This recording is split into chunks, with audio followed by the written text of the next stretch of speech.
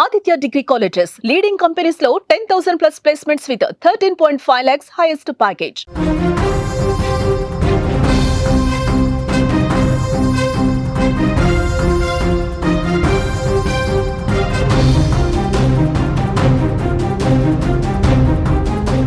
Breaking news చూస్తున్నాం. మరోసారి Bharat surgical strike, మయన్మార్లోని వేర్పాటువాదులపై దాడులు, చైనా సహకారంతో రెచ్చిపోతున్న వుల్ఫా ఐపై దాడి, ఈశాన్య రాష్ట్రాల్లోని మిలిటెంట్లపై డ్రోన్స్తో అటాక్, 300 డ్రోన్స్తో విరుచుకుపడ్డ భారత్ సైన్యం, 3 కమాండర్లు హతం, 19 మందికి తీవ్ర గాయాలు.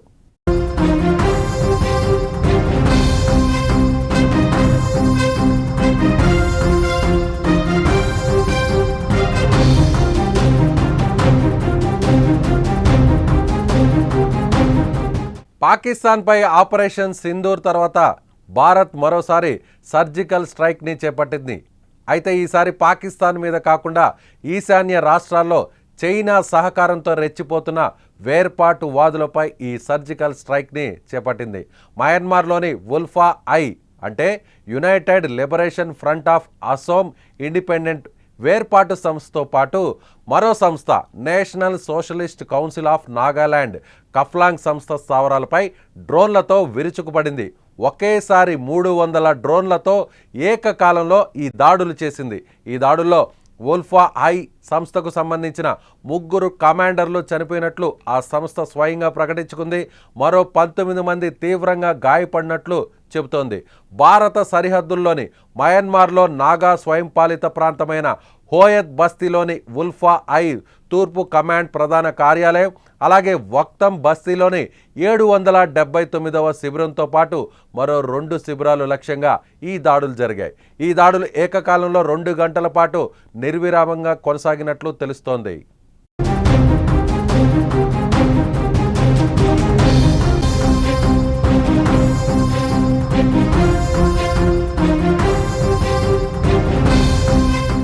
ఈశాన్య రాష్ట్రాల్లో భారత్ని ఇబ్బంది పెడుతున్న వేర్పాటువాదులపై జరిపిన ఈ దాడులకు 300కు పైగా డ్రోన్లను వినియోగించినట్లు సమాచారం. ఈ దాడుల్లో వుల్ఫా ఐ అగ్ర కమాండర్ నయన్ మేది అలియాస్ నయన్ అసోం మరణించినట్లు వుల్ఫా ఐ తెలిపింది. పరేష్ బారువా నేతృత్వంలోని నిషేధిత వుల్ఫా ఐ సంస్థకు ఆయన కీలక వ్యూహకర్తగా, సైనిక శిక్షకుడుగా ఉన్నాడు. అలాగే ఈ డ్రోన్ దాడుల్లో NSCN-KKకు సంబంధించిన శిబిరాలు కూడా పూర్తిగా దెబ్బతిన్నట్లుగా తెలుస్తుంది. కాగా నయన్ అసోం అంత్యక్రియలు నిర్వహిస్తున్నటువంటి సమయంలోనే శిబిరంపై మరోసారి క్షిపణి దాడి జరిగిందని వుల్ఫా ఐ పేర్కొంది. ఆ సమయంలో బ్రిగేడియర్ గణేష్ అసోం, అలాగే కల్నల్ ప్రదీప్ అసోం మరణించారని ప్రకటించుకుంది. ఈ దాడులకు ప్రతీకారం తీర్చుకుంటామని స్పష్టం చేసింది. మయన్మార్లోని కచిన్ ఇండిపెండెంట్ ఆర్మీ, నాగా తిరుగుబాటుదారులు, పాక్ గూఢాచార సంస్థ ISI, ఆఫ్ఘన్లోని ముజాహిద్దన్తో వుల్ఫా ఐకి సంబంధాలున్నట్టుగా తెలుస్తుంది. మరోవైపు దీని వెనక చైనా సపోర్ట్ కూడా నడుస్తున్నట్టుగా సమాచారం. మయన్మార్లోని నిషేధిత వుల్ఫా ఐ శిబిరాలపై డ్రోన్ దాడులు చేయలేదని భారత సైన్యం ఆదివారం స్పష్టం చేసింది. వుల్ఫా ఐ చేసిన ప్రకటనను భారత సైన్యం ఓ ప్రకటనలో ఖండించింది.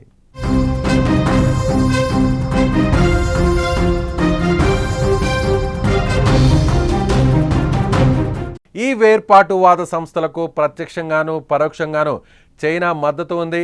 వీటిని వెనక నుంచి ప్రోత్సహిస్తూ భారత్లోని ఈశాన్య రాష్ట్రాల్లో అల్లర్లు సృష్టించడమే కాకుండా భారత్ భూభాగాన్ని తమ ఆధీనంలోకి తీసుకోవాలని డ్రాగన్ కంట్రీ గత కొన్నేళ్లుగా కుయుక్తులను పన్నుతోంది. పాకిస్తాన్ కాశ్మీర్లో ఏ విధంగా ఉగ్రవాదులను సపోర్ట్ చేస్తుందో అదేవిధంగా చైనా కూడా వీరికి పరోక్షంగా సహకారం అందిస్తున్న విషయాన్ని భారత్ పసిగట్టింది. ఇప్పటికే ఆపరేషన్ సింధూర్ ద్వారా పాకిస్తాన్కు బుద్ధి చెప్పిన ఇండియా ఇప్పుడు ఈ డ్రోన్ అటాక్ ద్వారా డ్రాగన్ దేశానికి తమ జోలికి వస్తే ఎవరిని వదిలిపెట్టమన్న మెసేజ్ని పంపిందని జాతీయవాదులు చెబుతున్నారు. భారత్ దాడుల విషయాన్ని బహిరంగంగా ప్రకటించకపోయినా తమ దేశాన్ని ఇబ్బంది పెట్టేవారు ఉగ్రవాదులైనా సరే, వేర్పాటువాదులైనా సరే, ఏ మూల దాక్కున్నా అటాక్ చేస్తామన్న సందేశాన్ని శత్రు దేశాలకు పంపినట్లుగా చెప్పుకోవచ్చు ఈ దాడిని.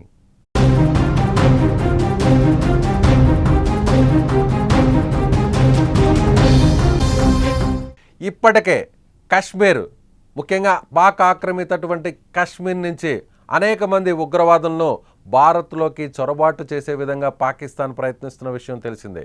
ఇటీవల జరిగినటువంటి పహల్గామ్ అటాక్లో దాదాపుగా 26 మంది చనిపోయిన విషయం తెలిసిందే. ఆ తర్వాత భారత్ చేపట్టినటువంటి ఆపరేషన్ సింధూర్తో పాకిస్తాన్ విలవిల్లాడింది. పాకిస్తాన్కి సంబంధించినటువంటి సైనిక స్థావరాలపైన, పాకిస్తాన్లో ఉన్నటువంటి ఉగ్ర స్థావరాల మీద భారత్ ఒక్కసారిగా విరుచుకుపడింది. అందుకు ప్రతిగా పాకిస్తాన్ భారత భూభాగం పైన భారత పౌరుల్ని టార్గెట్ చేస్తూ అనేక డ్రోన్లు పంపింది. అయితే వీటిని మన S-400 అలాగే డ్రోన్లకు సంబంధించినటువంటి వ్యవస్థ, నిర్వీర్య వ్యవస్థ వాటిని చాలా చాకచక్యంగా ధైర్యంగా అడ్డుకుంది. ఆ తర్వాత భారత్ నేరుగా పాకిస్తాన్లో ఉన్నటువంటి అనేక మిలిటరీ స్థావరాలను స్మాష్ చేసింది. అయితే ఇప్పుడు వెంటనే అమెరికా మధ్యవర్తిత్వం తీసుకొని సీజ్ ఫైర్ను ప్రకటించే విధంగా భారత్కు సూచన చేసింది. ఆ తర్వాత జరిగినటువంటి పరిణామాలన్నీ కూడా మీకు తెలిసిందే. ఆపరేషన్ సింధూర్ ముగియలేదు. ఏ సందర్భంలో అయినా సరే ఉగ్రవాదులు తమ దేశాన్ని ఇబ్బంది పెట్టాలని చూస్తే, తమ పౌరుల్ని లక్ష్యంగా చేసుకుంటే ఖచ్చితంగా మళ్ళీ ఆపరేషన్ సింధూర్ కొనసాగుతుందని భారత ప్రధాని చెప్పిన విషయం తెలిసిందే.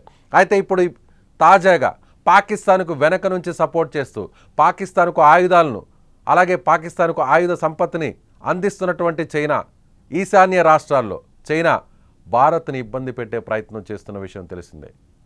అనేక సందర్భాల్లో భారత సైనికులు, చైనా దేశానికి సంబంధించినటువంటి సైనికులు బాహాబాహికి దిగినటువంటి సంగతి తెలిసిందే. అందులో కొంతమంది చనిపోయిన విషయం కూడా తెలిసిందే. అయితే ఇప్పుడు తాజాగా ఈశాన్య రాష్ట్రాల్లో అసోం కావచ్చు, నాగాలాండ్ కావచ్చు, ఇలాంటి ప్రాంతాల్లో మయన్మార్ దేశంలో కేంద్రంగా చేసుకొని కొంతమంది వేర్పాటువాదులు అక్కడ తమకు స్వయంగా తమ రాష్ట్రాన్ని తాము పరిపాలించుకుంటామని, తమకు ఒక సపరేట్ దేశం కావాలంటూ కూడా గత కొన్ని సంవత్సరాల నుంచి కూడా వాదాన్ని వినిపిస్తున్న సంగతి తెలిసిందే. వీరందరికీ కూడా వెనక నుంచి చైనా సపోర్ట్ చేయడం, వీరందరికీ వెనక నుంచి చైనా ఆయుధాలను అందించడం, వీరందరికీ వెనక నుంచి ఆర్థికంగా సపోర్ట్ అందించడం, ఇలా భారత్ను ఇబ్బంది పెట్టేటువంటి ప్రయత్నం పదే పదే చేస్తున్న సంగతి తెలిసిందే. అయితే వాళ్ళందరూ కూడా ఒకే ఒక్క సమాధానం చెప్పింది భారత్. అది పాకిస్తాన్ అయినా, చైనా అయినా, ఎవరైనా సరే, ఉగ్రవాదులైనా సరే, వేర్పాటువాదులైనా సరే, ఎవరైనా సరే తమ దేశం జోలికి వస్తే, తమ దేశంలోని ఏ భూభాగాన్నైనా టార్గెట్ చేస్తే వాళ్ళెవ్వరినీ కూడా వదిలిపెట్టాం.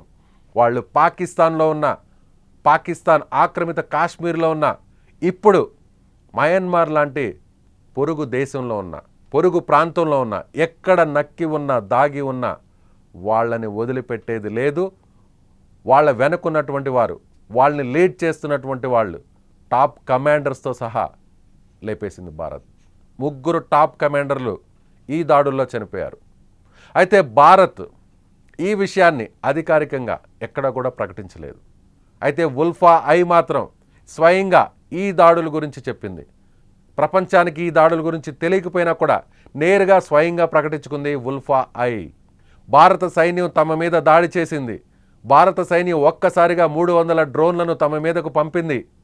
తమ టాప్ కమాండర్ చనిపోయినటువంటి క్రమంలో, అతనికి అంత్యక్రియలు జరుపుతున్నటువంటి సందర్భంలో కూడా మళ్ళీ మరొకసారి దాడి చేసింది. ఆ దాడిలో మరో 2 టాప్ కమాండర్లు కూడా చనిపోయారు అంటూ స్వయంగా ప్రకటించుకుంది ఉల్ఫా ఐ. ఉల్ఫా ఐ నాగాలాండ్లో అక్కడున్నటువంటి స్థానికులను ఇబ్బంది పెట్టే ప్రయత్నం చేస్తుంది. అక్కడున్నటువంటి ఆర్థిక అసమానతలను, కొంతమంది పేదవారిని తమ వైపు ప్రలోభాలు పెట్టి తమ సంస్థలోకి జాయిన్ చేసుకొని భారతదేశాన్ని, భారత సైన్యాన్ని ఇబ్బంది పెట్టాలనేటువంటి ప్రయత్నాలు చేస్తున్న విషయం తెలిసింది. వీళ్ల వెనక అటు పాకిస్తాన్ పరోక్ష సహకారం, మరోవైపు చైనా. సో ఇప్పుడు చైనాకు కూడా చెప్పకనే చెప్పింది భారత్, తమ జోలికి వస్తే ఎవరిని కూడా వదిలిపెట్టమంటూ ఒక స్ట్రాంగ్ మెసేజ్ని పంపింది. ఈ దాడుల ద్వారా అది కాశ్మీర్లో అయినా సరే, పాకిస్తాన్లో అయినా సరే, ఇప్పుడు మయన్మార్లో అయినా సరే, ఎవరైనా సరే తమ జోలికి వస్తే, తమల్ని ఇబ్బంది పెట్టాలని చూస్తే వాళ్ళని వదిలిపెట్టం, వదలబోం.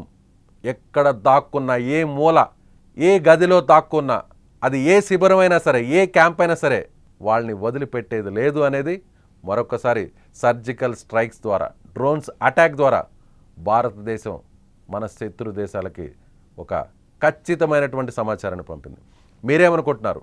ఆపరేషన్ సింధూర్ తర్వాత డ్రాగన్ కంట్రీకి ఇచ్చినటువంటి హెచ్చరికను, ముఖ్యంగా మయన్మార్లో ఉన్నటువంటి వేర్పాటు వాదులను, అక్కడ ఉన్నటువంటి మిలిటెంట్స్ను డ్రోన్స్ అటాక్ ద్వారా ఏకకాలంలో 300 డ్రోన్స్ ద్వారా అటాక్ చేసి, అది ఏ దేశమైనా భారత్ జోలికి వస్తే వదిలిపెట్టేది లేదు. వాళ్ళ వెనకున్న వారికి ఒక సరైనటువంటి మెసేజ్ను భారత్ పంపిందనుకుంటున్నారా? మీ అభిప్రాయాన్ని కామెంట్ రూపంలో తెలియచేయండి.